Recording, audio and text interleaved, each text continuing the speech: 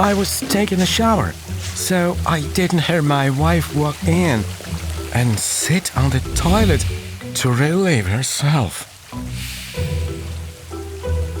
You were taking a shower too long, and I couldn't wait anymore.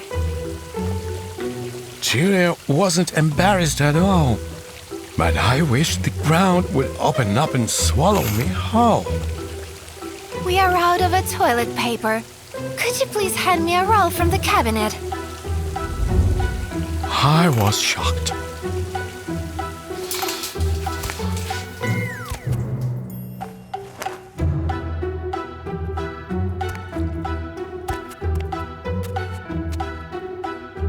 We had just returned from our honeymoon, which was quite romantic, and there we were, routine.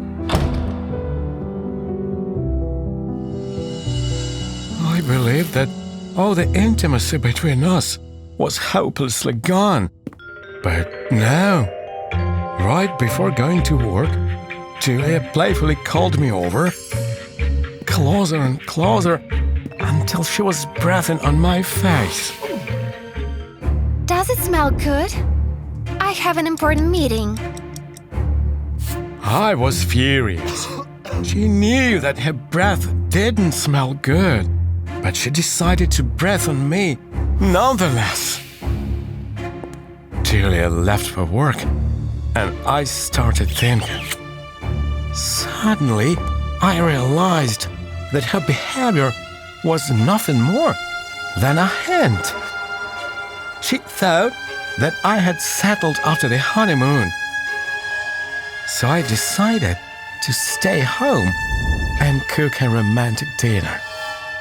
I wanted Julia to see that my attitude hadn't changed. I made her favorite lasagna, bought her flowers and a bottle of wine.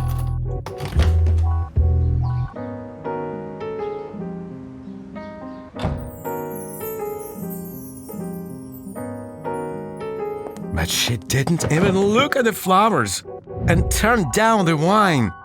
Julia reached into the refrigerator and grabbed a beer, which she drank in one gulp before burping loudly. What a bliss. What a nightmare.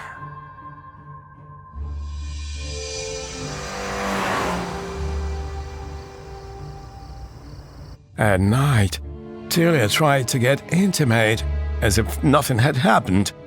She really didn't get why I was so angry, and that annoyed me even more. I told her that I wasn't ready for such behavior. Tony, honey, we're husband and wife now. I trust you and I can be myself with you. She told me I wasn't without sin, as she recalled how I blushed and started sweating on the plane. There's no comparison. You know, I can't control it. Julia knew before we got married that I had blood pressure issues. It rises when I get stressed, but she could easily not burp. I asked Julia to be the woman I married, but her response killed me. Why should I if it's bursting out of me? It was useless arguing with her, so I left and slammed the door. Tony, are you okay? Are you mad at me? Julia got up, opened the door, and found me on the floor. Don't move! I'm calling Michael! My friend Michael was a doctor. He examined me and then went to talk to Julia. Michael told her that my blood pressure shot up because of the stress.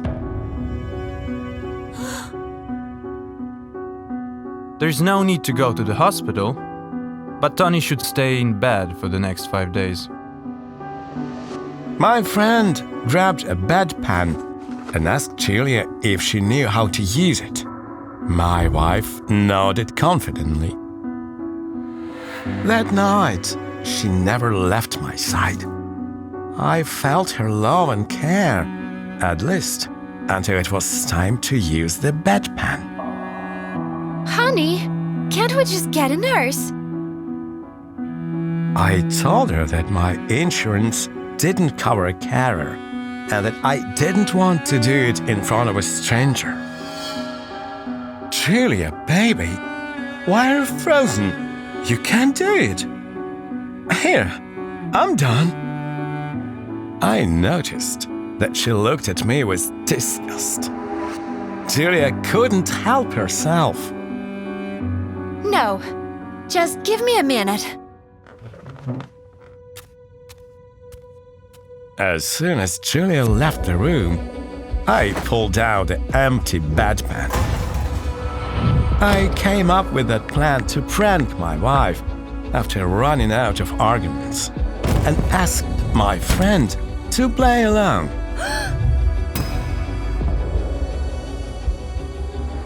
I found Julia crying in the dining room. She called Michael and asked him to come over and take the bedpan. I know that he's my husband, but everything has its limits. I grabbed her smartphone and told her that she wouldn't have to do it.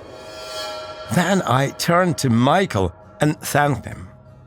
He saved our marriage and made Julia think about her behavior. My wife understood everything and wasn't offended. You taught me a good lesson, Tony. That night, Julia went back to being the woman she was when I fell in love with her. Without mystery, even the most romantic fairy tale can move toward the end.